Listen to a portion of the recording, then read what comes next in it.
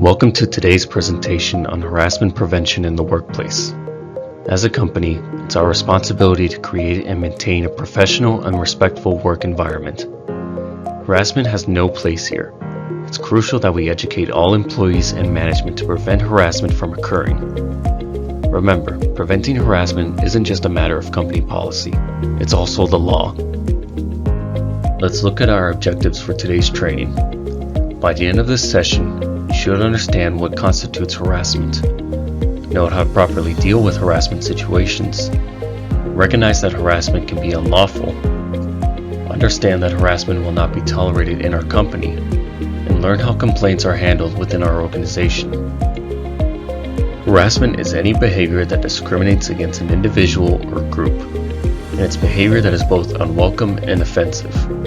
It can occur in various forms, including verbal harassment such as offensive jokes or comments, nonverbal harassment like inappropriate gestures or body language, and physical harassment such as unwanted touching or assault. From a legal perspective, harassment refers to unwelcome comments or conduct that affects employment decisions, like hiring or promotions, interferes with someone's work performance, or creates a hostile, intimidating, or offensive work environment. An example of harassment is quid pro quo, Latin for this, for that. This means that someone in authority may use their position to demand something from an employee in exchange for something like a job benefit. Quid pro quo harassment typically involves a power differential. This is when someone in authority offers a benefit or avoids a penalty in exchange for inappropriate behavior. For instance, if an employee is told their job is at risk unless they comply with an inappropriate request, that is an example of unlawful harassment. Title VII of the Civil Rights Act of 1964 prohibits discrimination in employment based on race, color, religion, sex, national origin, age, disability, retaliation, and sexual orientation. It is illegal for employers to discriminate in hiring, firing, or any other aspect of employment based on these protected characteristics. Under Title VII, certain classes of individuals are legally protected. These include individuals aged 40 or older, people of any race, color, sex, or sexual orientation, those from specific national origins or religions, disabled individuals, veterans, and more. This protection ensures fairness and equal treatment in the workplace. Harassment comes in many forms. Here are some examples of unacceptable behavior: unwanted advances, whether verbal or physical, racial or religious jokes or harmful comments, negative comments on someone's ethnic background, talking about sexual topics, displaying suggestive pictures, objects, or cartoons, leering, whistling, or making suggestive comments, assigning tasks unrelated to company business and retaliation. Here's a simple rule to follow when thinking about your behavior in the workplace. Would you say it or do it in front of your parent, child, or significant other? If not, then you probably shouldn't be saying or doing it at work either.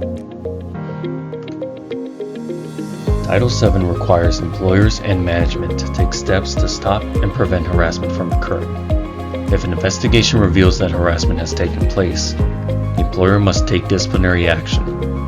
Disciplinary actions could include a warning or reprimand, a transfer or demotion, a salary reduction, suspension, or even termination of employment.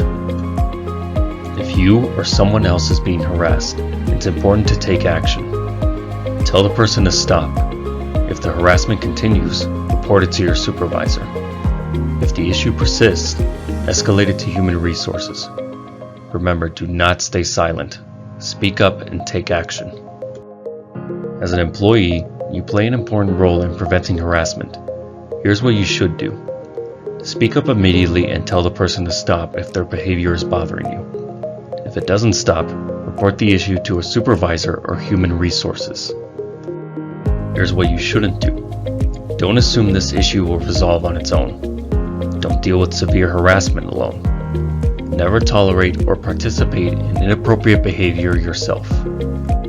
If a complaint is made, management will take it seriously. Here's how the process works. Human Resources or designated company management will conduct an investigation. Interviews will be held to gather all the facts. Decisions will be based on facts.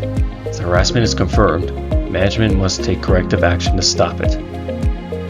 To conclude, every employee deserves a work environment where they are treated with respect and are not subject to harassment. An environment where they are treated fairly and feel safe. Harassment will not be tolerated and complaints must be investigated seriously.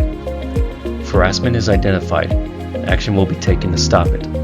Let's all work together to create a safe, fair, and respectful workplace for everyone.